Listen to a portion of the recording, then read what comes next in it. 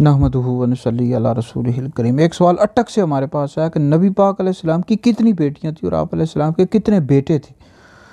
نبی پاک علیہ السلام کی 4 بیٹیاں تھیں، حضرت زینب رضی اللہ تعالیٰ عنہ، حضرت رقیہ رضی اللہ تعالیٰ عنہ، حضرت ام کلثوم رضی اللہ تعالیٰ عنہ اور حضرت فاطمہ رضی اللہ تعالیٰ عنہ۔ تو نبی پاک علیہ السلام کی 4 بیٹیاں تھیں۔ البتہ بیٹے کتنے تھے تو اس حوالے سے علماء کا اختلاف ہے۔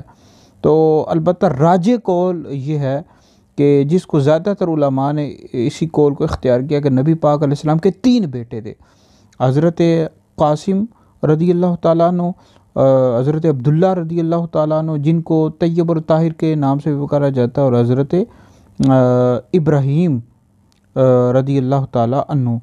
تو نبی پاک علیہ السلام کے راجح قول کے مطابق 3 بیٹے تھے۔ تو جو ایک بیٹے تھے حضرت ابراہیم رضی اللہ تعالیٰ عنہ، یہ نبی کریم علیہ السلام کی ام ولد تھی، ماریہ قبطیہ، ان سے پیدا ہوئے۔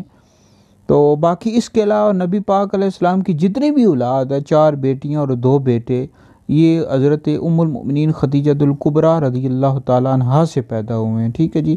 تو راجح قول کے مطابق نبی پاک علیہ السلام کے 3 بیٹے تھے اور نبی پاک علیہ السلام کی 4 بیٹیاں تھیں۔